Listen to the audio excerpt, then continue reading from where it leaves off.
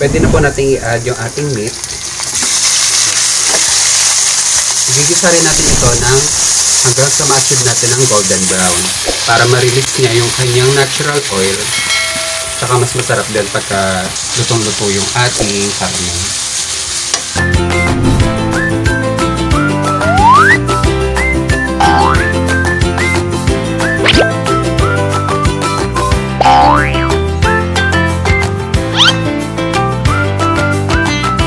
Mag-add din ako ng curry powder. Kasi ito po ay may turmeric na at the same time yung iba mga herbs and spices po.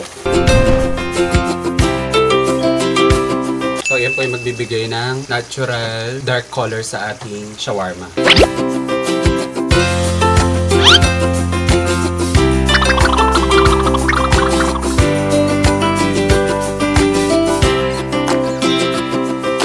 Pwede na po ito dahil nag-caramelize na po siya at lumabas na yung natural oil ng ating meat.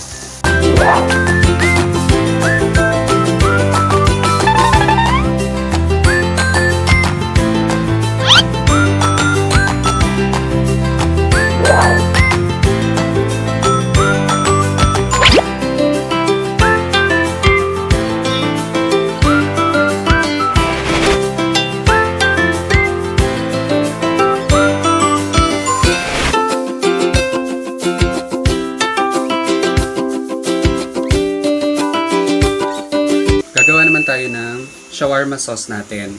So ito yung garlic mayo natin, pero mag-a-add tayo ng little portion ng ating yogurt para may touch of Mediterranean talaga.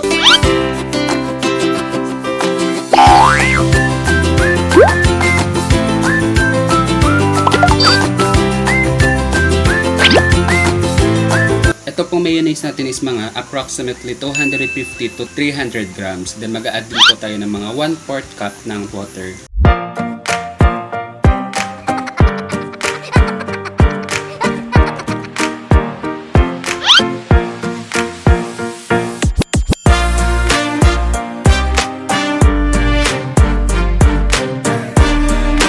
Mag-assemble na po tayo ng ating shawarma rice. So ito pong recipe na to, same with paggawa natin ng shawarma with pita bread.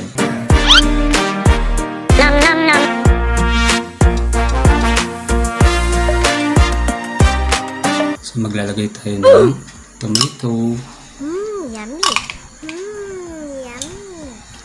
Mag-add din tayo ng chopped cucumber. So itap lang natin dito sa ating rice. Mas marami, mas masarap. Then meron din tayong chopped onion. Meron po naka-dice at meron din pong naka-julienne or naka-slice lang. Then add na po natin yung ating shawarma meat. So toppings lang natin yan.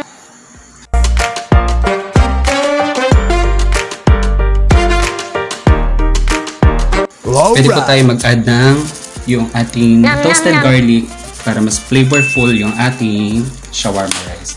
Then, lastly, yung ating pong homemade na garlic mayo sauce. Ayan, sarap.